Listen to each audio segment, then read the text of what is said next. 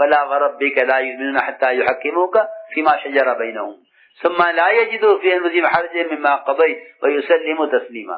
یہ قرآن نے تو اس طرح کہا ہے کہ تیرے رب کی قسم وہ لوگ ایمان والے کبھی نہیں ہو سکتے کہ جب وہ کوئی مسئلہ آپ کے پاس لے کر آئیں اور آپ اس کے بارے میں کوئی فیصلہ کر دیں اور آپ کے فیصلے کے بعد وہ اپنے دین پہ رائے کو باقی رکھیں کہ یہ ایمان والے نہیں ہو سکتے. ایمان والے نہیں ہو سکتے. جی ہاں، ایمان کا تقاضا تو یہ ہے سمعنا واطعنا کہ اللہ ہم نے سنا اور مان لیا. رائے پر اصرار کہ نہیں ہماری رائے تو وہی ہے جو پہلے تھی، کہ اس رائے پر اڑنے سے امت میں افتراق پیدا ہوتا ہے. رائے پر اڑنے سے افتراق پیدا ہوتا ہے. سنو، آپ نے مشورہ کیا کہ احد کے موقع پر، احد کے قصے میں بڑے اصول ہیں کہ کب خیر آئے گی، کب شر آئے گا، کب فتح آئے گی، کب ہزیمت آئے گی، کب نصرت آئے گی اور کب اللہ تعالیٰ غیروں کے حوالے کر دیں گے. سارے اصول بتائے ہیں. مشورہ ہوا کہ احد کے موقع پر دشمن سے مقابلہ کہاں سے کرنا ہے، مدینے میں رہ کر یا باہر نکل کر. اس کا مشورہ ہوا. مشورے میں مختلف رائے ہو گئی اور رائے تو ہوں گی مختلف. رائے کا اختلاف رحمت ہے، رائے کے اختلاف رحمت ہے، اور رائے پر اصرار کہ یہ مصیبت ہے. رائے کے اختلاف تو رحمت ہے. رائے مختلف ہو گئی. بعض کی رائے یہ تھی کہ مدینے میں رہ کر لڑا جائے، بعض کی رائے یہ تھی کہ باہر نکل کر لڑا جائے. اس میں یہ بات یاد رکھنا کہ رائے میں اکثریت اقلیت کوئی چیز نہیں ہے. جی ہاں، کہ بھائی 10 آدمی ہیں، 8 کی رائے یوں ہے، 2 کی رائے یوں ہے، تو ذمہ دار کو اختیار ہے، ذمہ دار کو اختیار ہے کہ وہ 2 کی رائے پر عمل کرے، فیصلہ کرے، یا 8 کی رائے پر فیصلہ کرے. یہ اقلیت اکثریت کوئی چیز نہیں ہے. یہ بات ذہن میں رہے. وہ اکثر تو یہ کہہ رہے ہیں.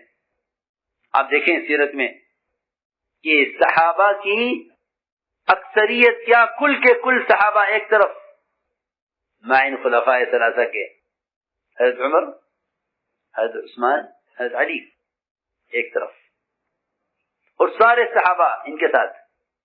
شہید اسامہ کی جماعت کو روانہ نہیں کرنا ہے، یہ موقع باہر نکلنے کا نہیں ہے. مدینے کی حفاظت کی ضرورت ہے اس وقت. اللہ وہ کر تنہا، اس میں سب ایک طرف یا اکیلے تنہا.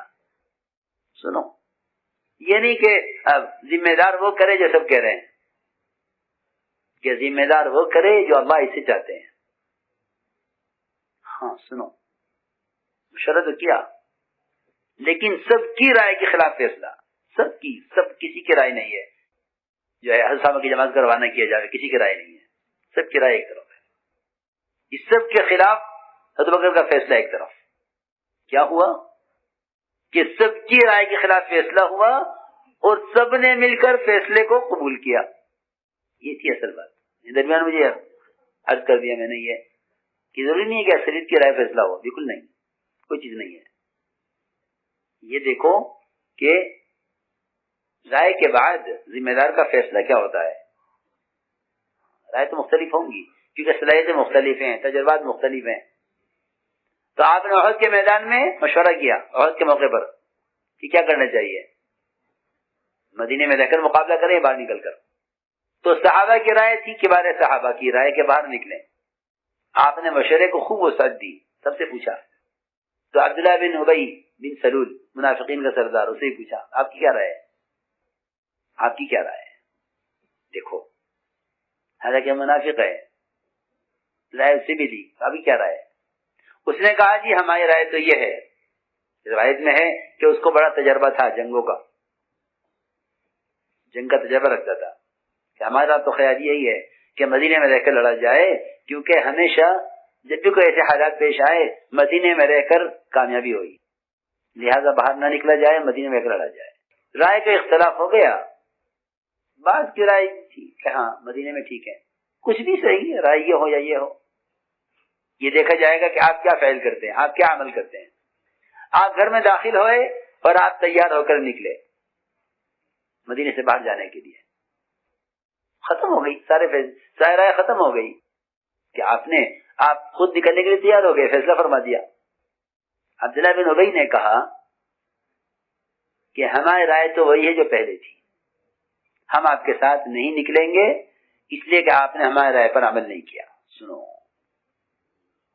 یہ سمجھنے کی بات ہے۔ اشتراک پیدا ہوا،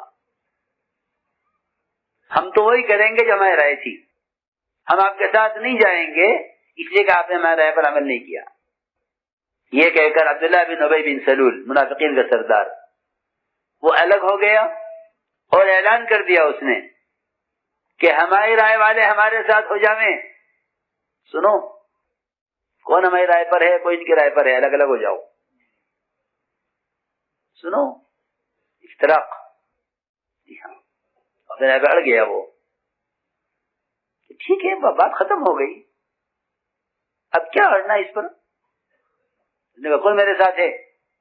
تو 300 آدمی ساتھ ہو گئے اس کے، 1000 تو کل تھے صحابہ آپ کے ساتھ، 300 ان کے ساتھ ہو گئے عبداللہ بن ابی کے ساتھ، کہ ہم 300 آپ کے ساتھ ہیں، کیونکہ خطرہ نظر آ رہا ہے، باہر تجربہ ہے نہیں ہمیں، اور یہ ہے اور وہ ہے، جب یہ رائے آ گئی ہے کہ بھئی مدینے میں اکیلے لڑنا ہے تو ہماری رائے پر عمل کیوں نہیں ہو رہا ہے، اس لیے ہم تو آپ کے ساتھ جائیں گے نہیں۔ یہ صاف کہا، یہی الفاظ تھے کہ ہمارے آپ کے ساتھ نہ جانے کی وجہ یہ ہے کہ جو ہم کہہ رہے تھے اس پر عمل نہیں ہوا، یہ ٹھہر گیا۔ اس کے ساتھ 300 آدمی الگ ہو گئے۔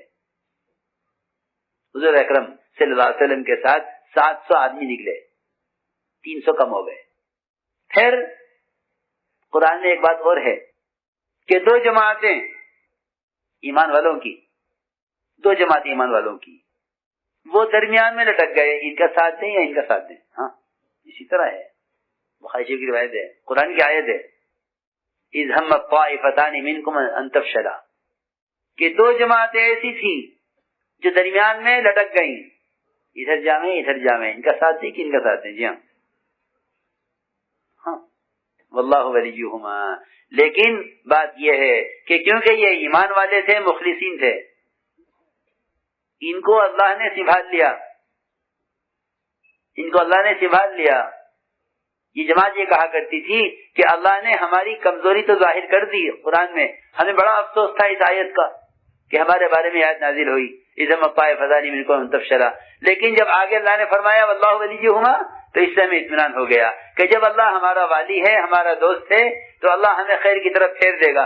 چنانچہ کچھ تھوڑے سے تذبذب کے بعد، کچھ سوچ بچار کے بعد، یہ دونوں جماعتیں ایمان والوں کی یہ بھی صحابہ کے ساتھ ہو گئیں، باہر نکل گئیں، ورنہ یہ کچھ عرصے درمیان میں لٹکی رہیں کہ ہمیں کس کا ساتھ دیں۔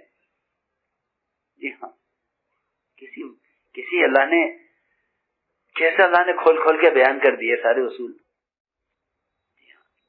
جماعت نکلی، عہد کا میدان ہوا، آپ نے اپنے صحابہ کو ترتیب دیا، اور آپ نے ایک ایسی گھاٹی جبل رمات پر جہاں سے آپ کو اندازہ تھا کہ دشمن ادھر سے حملہ کر سکتا ہے، آپ نے 50 صحابہ عبداللہ بن جبیر ان کے ساتھ متعین کر دیے ایک پہاڑ کے اوپر، فرمایا کہ تمہیں یہاں سے ہٹنا نہیں ہے 50 کو،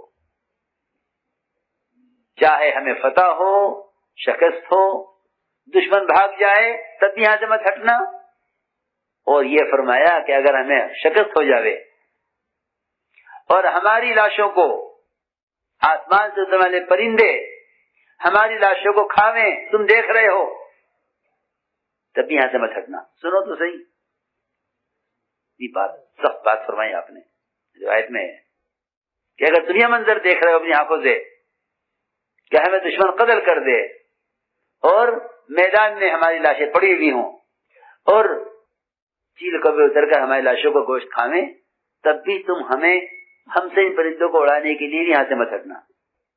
سنو بات، اور اگر ہمیں فتح ہو جاوے، دشمن بھاگ جائے اور ہم سب مال غنیمت لوٹ رہے ہوں، تب بھی تم یہاں سے مت ہٹنا. لوگ کہتے ہیں ہاں ٹھیک ہے اصول پہلے کے لیے تھا اب تھوڑی ہے, اب تو معاملہ نمٹ گیا, میدان ختم ہو چکا, سب جا رہے ہیں, سارے مشرکین کو ہزیمت ہو گئی ہے اور مسلمان مال غنیمت لوٹ رہے ہیں, سب سارا مال لوٹ لیں گے, ہم رہ جائیں گے. ہاں یہ نہیں کہ اصول پہلے کے لیے تھا اب نہیں ہے. یہ اصول کی بات یہ ہے کہ جو کام جس وقت کے لیے دیا گیا ہے اس کو پورا کرو. یہ مت کہو کہ یہ حکم پہلے کے لیے تھا اب نہیں ہے. صحابہ یہ کرتے تھے کہ اگلے حکم کا انتظار کرتے تھے, اس وقت تک اس حکم پہ اس کام پر لگے رہتے تھے جب تک اگلا کام دیا جاوے. نہیں اس کو درمیان میں چھوڑ دیں, اپنی رائے سے اپنی سوچ سے سنو. چنانچہ اللہ کا حکم اور اللہ کی شان کہ مسلمانوں کو زبردست فتح ہوئی, مشرکین کو شکست ہوئی, اور یہ سب میدان چھوڑ کے بھاگے. بہت جلدی میدان ہاتھ میں آ گیا. صحابہ کرام اللہ کا فضل اور مال غنیمت کے لوٹنے میں لگے. ان 50 نے دیکھا اوہو تو ختم ہو چکا قصہ, اور میدان سے دشمن بھاگ چکا ہے, سارا مال غنیمت لوگ لوٹ رہے ہیں, چلو ہم بھی اترے. ان کے امیر صاحب نے کہا نہیں بھائی, تم 50 میں سے ایک بھی یہاں سے نہیں اترے گا, اللہ کے نبی کا یہ حکم ہے. انہوں نے کہا کہ بھائی یہ حکم تو پہلے کے لیے تھا, کہ بھائی میں کچھ نہیں جانتا, مجھے تو یہ حکم ملا ہے, لہذا کوئی یہاں سے نہیں ہلے گا. سنو بڑے عجیب قصہ ہے. ان 50 میں سے 40 نے کہا کہ ہم تو نیچے اتریں گے. صرف 40 آدمی ہم نیچے اتریں گے. دیکھو تو صحیح, 700 صحابہ میں سے صرف 40 صحابہ نے حکم کی خلاف ورزی کی. 700 صحابہ میں سے 40 صحابہ نے حکم کی خلاف ورزی کی, اور وہ بھی یہ سوچ کر کہ اب اس کی ضرورت نہیں کہ یہاں رکا جائے, یہ تو اس وقت کے لیے تھا جب میدان ہمارے ہاتھ میں نہیں تھا. 40 اتر گئے, 10 صحابہ نے کہا تو امیر کے تابع ہیں اپنے, ہم تمہاری بات ہی مانیں گے. اب تو جسے جو چاہو کروا دو, آزاد ہیں تو جسے چاہے کروا دو. یہ نہیں ہو سکتا. تو چنانچہ 40 صحابہ وہاں سے اتر گئے نیچے, اور 10 صحابہ رہ گئے جبل رومات پر. ان 10 کو قتل کیا گیا. مشرکین نے آ کر اس گھاٹی کی طرف سے حملہ کیا, ان 10 کو قتل کیا, اور میدان میں ایسے آئے مشرکین پلٹ کر کہ صحابہ کو بالکل احساس نہیں تھا کہ دشمن ہماری پیٹھ پر سوار ہے. سب مال غنیمت لوٹنے میں تھے اور دشمن نے حملہ کیا. ایسی گھمسان کی جنگ ہوئی کہ مسلمانوں نے مسلمانوں کو قتل کیا اس موقع پر. کچھ پتہ نہیں کون کیا ہے, کون کہاں ہے, کون کسے مار رہا ہے. جی ہاں, مسلمانوں کے ہاتھوں مسلمان شہید ہوئے. قرآن نے کھول کر کہا ہے وَعَصَيْتُم مِّن بَعْدِ مَا أَرَاكُم مَا تُحِبُّونَ. جی ہاں, کہ تم فتح دیکھ چکے تھے اپنی آنکھوں سے, لیکن تم نے فتح دیکھنے کے بعد ایک نافرمانی کی, اللہ نے تمہارے ہاتھ سے میدان چھین کر غیروں کے ہاتھ میں کر دیا. سیدھی بات ہے, سارا میدان غیروں کے ہاتھ میں گیا. آپ اتنا مبارک شہید ہوئے, آپ کو زخم آئے, آپ کے قتل کی خبر عام ہو گئی. کیا کیا حالات ہوئے, صحابہ کے پاؤں کھڑ گئے میدان احد سے. سب اس پر ہوا کہ بات نہیں مانی. بس اس لیے میں عرض کر رہا دوستو عزیزو, یہ سارا فساد اس کا ہے کہ ایک قسم تو الگ ہو گئی یہ کہہ کر کہ کیونکہ ہمارے رائے پر عمل نہیں ہوا اس لیے ہم آپ کے ساتھ نہیں دیں گے. سنو غور سے, ایمان والے وہ ہوتے ہیں جو اختلاف تو کرتے ہیں, مخالفت نہیں کرتے, اور اختلاف تو کرتے ہیں, افتراق نہیں ہونے دیتے. اختلاف رحمت ہے, افتراق مصیبت ہے. اختلاف تو رحمت ہے. یہ اختلاف ہوا کہ اختلاف سے تو رحمت آئے گی. کیوں کہ رحمت کے آنے کا مطلب یہ ہے اختلاف سے کہ رائے کے اختلاف سے امور میں نکھار پیدا ہوتا ہے.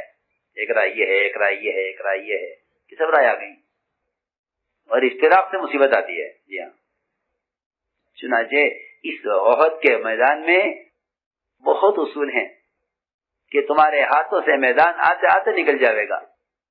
حالانکہ 700 صحابہ میں سے 40 نے صرف خلاف ورزی کی ہے.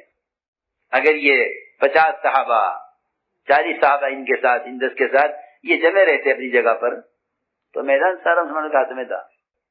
اس لیے کام اجتماعی کام ہے.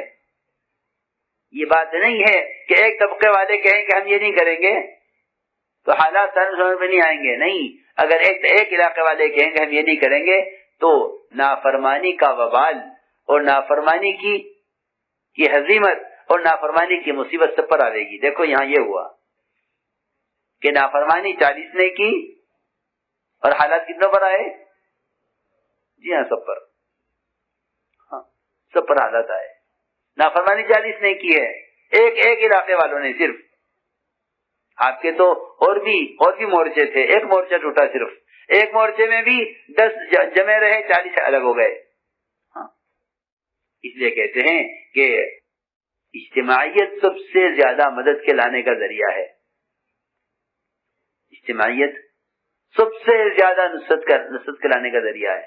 اجتماعیت اصل ہے کہ ساری نصرت اجتماعیت کے ساتھ ہیں، نصرت اجتماعیت کے ساتھ ہیں اور نحوست افتراق کے ساتھ ہیں. کہ ساری نصرت اجتماعیت کے ساتھ ہیں، نصرت اجتماعیت کے ساتھ ہیں اور نحوست افتراق کے ساتھ ہیں.